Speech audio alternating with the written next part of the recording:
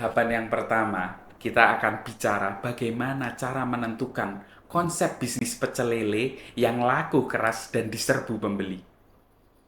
Konsep bisnis ini menjadi pondasi utama dalam menjalankan dan membangun usaha. Yang pertama, memberi arah dan fokus. Konsep bisnis ini akan membantu kita sebagai pengusaha memahami apa yang ingin kita capai, produk apa yang ingin kita tawarkan, kepada siapa produk ini kita tujukan. Karena tanpa konsep yang jelas, bisnis ini kehilangan arah. Yang kedua, sebagai dasar perencanaan.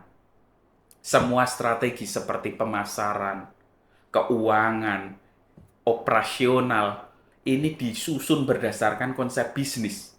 Yang ketiga, meningkatkan daya saing. Dengan konsep bisnis yang terukur, terarah, ini kita bisa menentukan apa perbedaan, apa unique selling point yang ingin kita tawarkan kepada market yang kita tuju. Yang keempat, menarik investor dan pendanaan. Investor ini biasanya tertarik dengan konsep bisnis yang terukur, terarah. Yang kelima, mengelola resiko. Dengan memahami konsep bisnis, pelaku usaha seperti kita bisa memitigasi atau membuat manajemen resiko apa saja kiranya yang nantinya tidak sesuai bisnis plan, ini bisa kita kontrol. Yang keenam, kita bisa evaluasi dan pengembangan. Konsep bisnis ini bisa menjadi alat sebagai evaluasi kita dan pengembangan strategi ke depan akan seperti apa. Pertanyaannya, kenapa konsep bisnis ini penting sebelum kita buka? Karena banyak yang gagal, bukan karena persoalan rasa saja, tapi karena konsep bisnis yang tidak terukur, tidak jelas. Karena konsep bisnis ini juga menentukan brand positioning-nya kita. Mau terlihat seperti apa bisnis kita, produk kita. Apakah terlihat tradisional, modern, ataukah murah untuk keluarga. Karena konsumen itu beli bukan hanya persoalan rasa, tapi ternyata karena persepsi yang dibangun dari konsep bisnis. Insight-nya adalah rasa itu syarat minimum. Yang bikin konsumen balik lagi ini adalah konsep yang mereka sukai. Nah, kita punya 3 pilar konsep bisnis agar bisnis pecel lele ini bisa laris manis. Yang pertama, kita harus menentukan target market yang spesifik. Siapa yang mau kita layani? Apakah keluarga, apakah mahasiswa, atau pekerja? Yang kedua, positioning yang jelas. Kita mau dikenal seperti apa? Yang paling bersihkah? Yang paling lengkap? Yang cepat saji? Yang otentik? Atau yang fancy? Yang ketiga adalah experience-nya. Kesan pertama, first impression customer datang ini, kita ingin terlihat seperti apa? Apakah kita mempunyai konsep yang membuat customer ingin balik lagi? Yang selanjutnya kita akan menyampaikan contoh konsep. Ada 2 yang kita sampaikan. Yang pertama adalah pecel lele Sunda. Ini konsep yang kita pakai.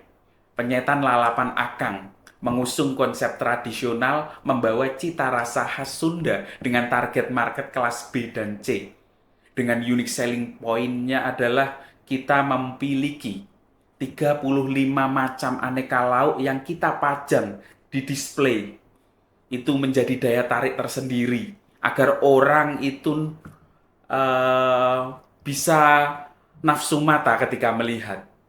Kita juga memiliki 16 aneka lalapan yang kita display dengan segar agar orang tertarik. Dan juga 6 aneka sambal khas Sunda yang cita rasanya pedas, segar, asin. Dan kita berikan fasilitas gratis dan free refill. Ini menjadi diferensiasi kita dengan pecel lele lainnya. akhirnya orang berbondong-bondong untuk minimal mencicipi. Ketika sudah mencicipi, tentu substansinya adalah konsistensi rasa dan pelayanan. Yang kedua, mungkin kita bicara pecel lele ekspres misalnya, yang ada di mall dengan konsep uh, mengusung cepat saji, makanan cepat, seperti fast food pada umumnya, dan banyak konsep-konsep lain yang bisa kita coba. Nah, selanjutnya kita akan bicara kesalahan umum pemula ini seperti apa sih dalam menentukan konsep bisnis misalnya. Di marketing berharap semua audiens ini bisa kita garap. Padahal ketika kita bisa menentukan audiens atau target market yang spesifik, kita akan bisa memilih produk yang baik, lalu fasilitas yang terukur, lalu tidak riset kompetitor. Sebab laba, sebab larisnya di kompetitor itu kiranya apa sih? Akhirnya kita bisa menentukan diferensiasinya dan customer itu bisa melirik kita nantinya. Lalu harga asal-asalan murah dan terkesan murahan bahkan. Hanya memikirkan yang penting murah, tapi ternyata jangan-jangan tidak untung. Lalu tanpa ada perhitungan, tidak melakukan pencatatan dengan baik, akhirnya keuangan berantakan. Padahal keuangan ini salah satu pondasi dan strategi kita ke depan ini akan seperti apa bisnisnya. Yang selanjutnya kita juga berharap secepat kilat bisnis ini agar autopilot, memasrahkan semua pada tim misalnya, padahal SOP belum detail, belum mendalam, dan kita juga tidak mau belajar misalnya, tidak mempelajari secara detail apa kekurangannya, bagaimana kita terus melakukan improvement ke depan. Yang selanjutnya kita harus coba checklist ulang dari apa yang sudah saya paparkan terhadap konsep bisnis agar kita bisa menentukan konsep bisnis yang kuat, yang pas dan terukur. Yang pertama, apakah saya tahu siapa target market utama saya? Apakah kelas family, ataukah mahasiswa, ataukah pekerja? Lalu dengan pendapatan yang seperti apa? Yang kelas A mungkin dengan pendapatan yang tinggi, lalu kelas B dengan pendapatan yang lumayan, kelas C dengan pendapatan yang sedang, lalu kelas D dengan pendapatan yang rendah.